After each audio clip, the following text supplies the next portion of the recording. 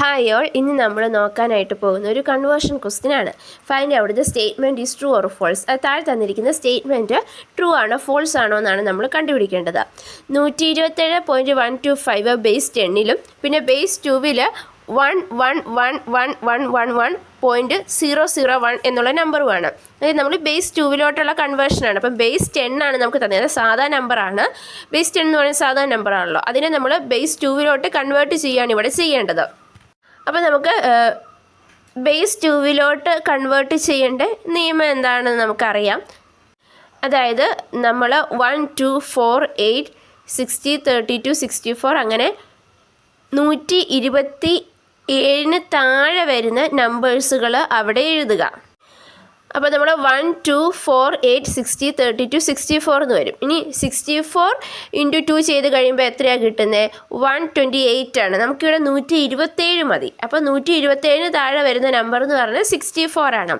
64 32 68 4 2 1 എന്നിങ്ങനെ നമ്പേഴ്സ് നമ്മൾ എഴുതി.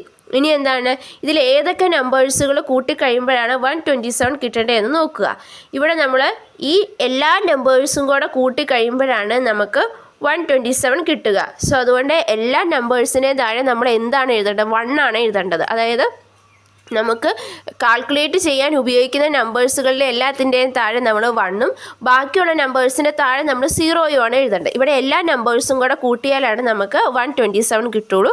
അതുകൊണ്ട് എല്ലാ നമ്പേഴ്സിൻ്റെ താഴെ നമ്മൾ 1 എഴുതുക. അപ്പോൾ ഇവിടെ 1 2 3 4 5 6 7 7 ഒന്നുകളാണ് ഇവിടെ വന്നിരിക്കുന്നത്. അപ്പോൾ നമ്മുടെ ഫസ്റ്റ് പാർട്ട് ശരിയായി. ഇനി നമുക്ക് സെക്കൻഡ് പാർട്ടാണ് കണ്ടുപിടിക്കേണ്ടത്. അപ്പം ഇവിടെ 0.125 ആണ് ബേസ് 2വിലോട്ടാണ് മാറ്റേണ്ടത്. സോ 0.125 × 2 = 0.25 വന്നു. അപ്പോൾ ഇവിടെ നമ്മൾ എടുക്കുന്നത് 0 ആണ്. ഇനി ഈ 0 എടുത്ത് ബാക്കിയുള്ള 0.25ന് പിന്നെയും × 2 ചെയ്യുന്നു. അപ്പോൾ നമുക്ക് 0.50 എന്ന് കിട്ടുന്നു. അപ്പോൾ നമ്മൾ ആ 0 എടുത്തു. ഇനി നമുക്ക് ഈ 0.50നെ × 2 ചെയ്യണം. അതായത് 0.5 × 2 = 1.0 എന്ന് കിട്ടി. അപ്പോൾ 1.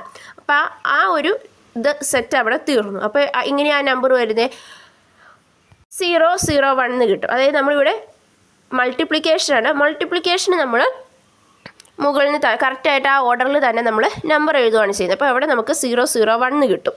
അപ്പം നമ്മുടെ 127.125 എന്ന ബേസ് 10ലെ നമ്പറിനോട് ഈക്വൽ ആയിട്ടുള്ള ബേസ് 2വിലെ നമ്പർ എന്ന് പറയുന്നത് 1111111.001 എന്നുള്ളതാണ്. അതായത് ഈ സ്റ്റേറ്റ്മെൻറ്റ് ഇവിടെ ശരിയാണ്.